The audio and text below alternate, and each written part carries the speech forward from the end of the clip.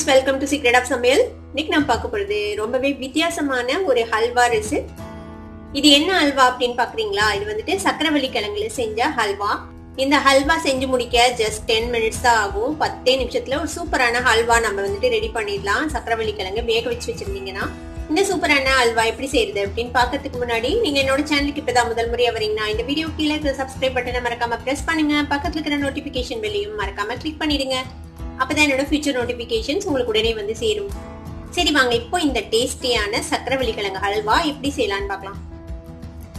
சக்கரவள்ளி கிழங்கு ஹல்வாக்கு வந்துட்டு நான் சக்கரவள்ளி கிழங்கு ஆல்ரெடி வேக வச்சு எடுத்து வச்சிட்டேன். நான் வந்துட்டு எப்போ இட்லி பாத்திரத்துல வந்துட்டு ஆவியில தான் வேக வைப்பேன். சக்கரவள்ளி கிழங்கு சீக்கிரமே வெந்துடும். ஆவியில வச்சாலும் ஜஸ்ட் ஒரு 10 மினிட்ஸ்ல இது வந்துட்டு நல்லா வெந்துடும் சாஃப்டா. நீங்க நார்மலா எப்படி வேக வைப்பீங்களோ அப்படி வேக வச்சுக்கலாம். தண்ணிக்குள்ளேயே போட்டு கூட சில பேர் வேக வைப்பாங்க. நீங்க அப்படியும் வேக வைக்கலாம். இல்ல ஆவியில வேக வச்சிங்கனாலும் நல்லா இருக்கும். இந்த மாதிரி ஆவியில வேக வச்சு நான் எடுத்து வச்சிருக்கேன்.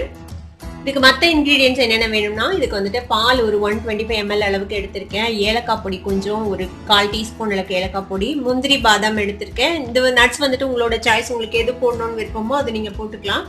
சுகர் வந்துட்டு ஒரு டேபிள் ஸ்பூன் எடுத்து வச்சிருக்கேன். ஏன்னா இதுவே இனிப்பா இருக்கும், அதனால நம்ம சுகர் கம்மியா போட்டோம்னா போதும். நீங்க அட்ஜஸ்ட் பண்ணிக்கோங்க அதோட டேஸ்ட்டுக்கு தகுந்த மாதிரி. இது இனிப்பு கம்மியா இருந்தா கொஞ்சம் எக்ஸஸா போட்டுக்கோங்க. நெய் வந்துட்டு ஒரு 1.5 டேபிள் ஸ்பூன் அளவுக்கு எடுத்திருக்கேன். நம்ம தேவையான அளவுக்கு விட்டுக்கலாம் நெய். இப்போ இந்த சக்கரவள்ளி கிழங்கு வந்துட்டு நம்ம வந்துட்டு தோல் எடுத்துடலாம். இந்த மாதிரி தோல் நீக்கிடுங்க எல்லா சக்கரவள்ளி கிழங்குலையும்.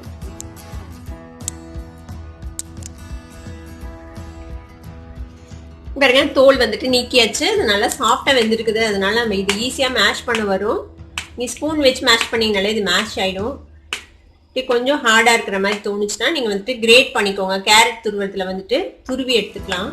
இந்த மாதிரி சின்ன சின்ன பீசஸா வெட்டிக்கலாம். இதை இந்த மாதிரி ஒரு மேஷர் எடுத்துக்கோங்க. இந்த மாதிரி ஒரு மேஷர் வச்சு வந்து நல்லா இப்படி ப்ரெஸ் பண்ணீங்கன்னா நல்லா ஈஸியா மேஷ் ஆயிடும்.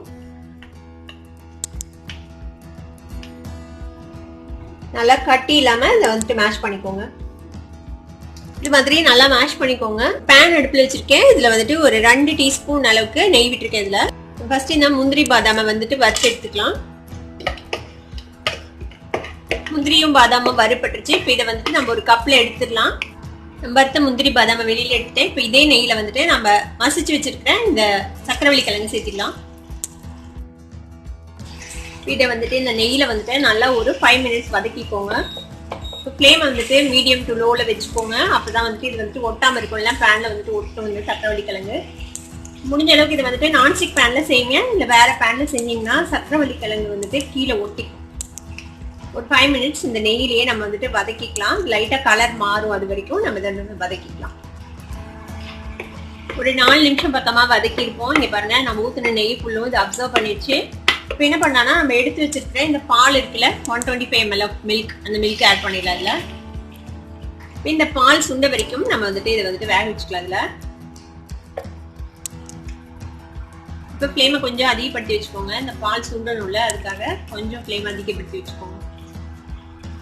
இந்த ஸ்வீட் வந்துட்டு ரொம்ப ரொம்ப குயிக்கா நம்ம செஞ்சு முடிச்சிடலாம். ரொம்ப சீக்கிரமே ரெடி ஆயிடும். ஜஸ்ட் ஒரு 10 நிமிஷத்துல ஒரு ஹல்வா வந்துட்டு நமக்கு ரெடி ஆயிடும். நம்ம ஊத்தின பால் எல்லாமும் அப்சர்வ் ஆயிடுச்சு பாருங்க உள்ள. இப்போ நம்ம இந்த சுகர் சேர்த்திக்கலாம். சுகர் வந்துட்டு உங்களுக்கு டேஸ்ட்டுக்கு தகுந்த மாதிரி சேர்த்திக்கலாம். நாம சக்கரவள்ளி கிழங்கு எந்த அளவுக்கு இனிப்பு இருக்குதோ அது பார்த்துட்டு அதுக்கு தகுந்த மாதிரி யூஸ் பண்ணிக்கோங்க. ரொம்ப அதிகம் சக்கரை போட வேணாம், திகட்டும், அப்புறம் நல்லா இருக்காது.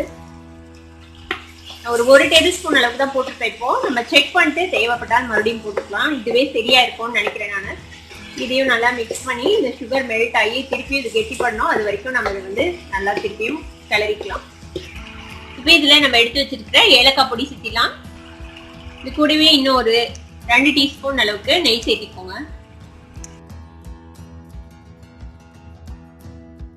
இதுல நான் வந்துட்டு கலர் எதுவுமே ஆட் பண்ணல. உங்களுக்கு விருப்பம் இருந்தா நீங்க வந்துட்டு ஃபுட் கலர் வேணும்னா சேர்த்திக்கலாம். ஆனா இது கலர் இல்லாமே இது ஒரு இயற்கையான நிறத்திலேயே அழகா தான் இருக்கும். நல்லா சுண்டி வெந்து நம்ம விட்ட நெய் வந்துட்டு வெளில வரணும். இந்த மாதிரி பேன்ல ஒட்டாம இது வந்துட்டு நல்லா சுருண்டு வரணும். அது வரைக்கும் நம்ம வந்து இதை கிளறிக்கலாம். கிட்டத்தட்ட ஒரு 5 மினிட்ஸ் நீங்க கிளற வேண்டியிருக்கும். 5 மினிட்ஸ்ல இந்த பதம் வந்துடும்.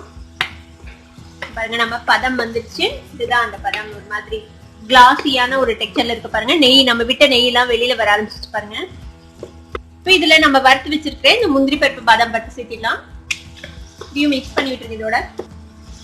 அவ்வளவுதான், நம்மளோட சிம்பிளான சக்கரவள்ளி கிழங்கு ஹல்வா ரெடி ஆயிடுச்சு.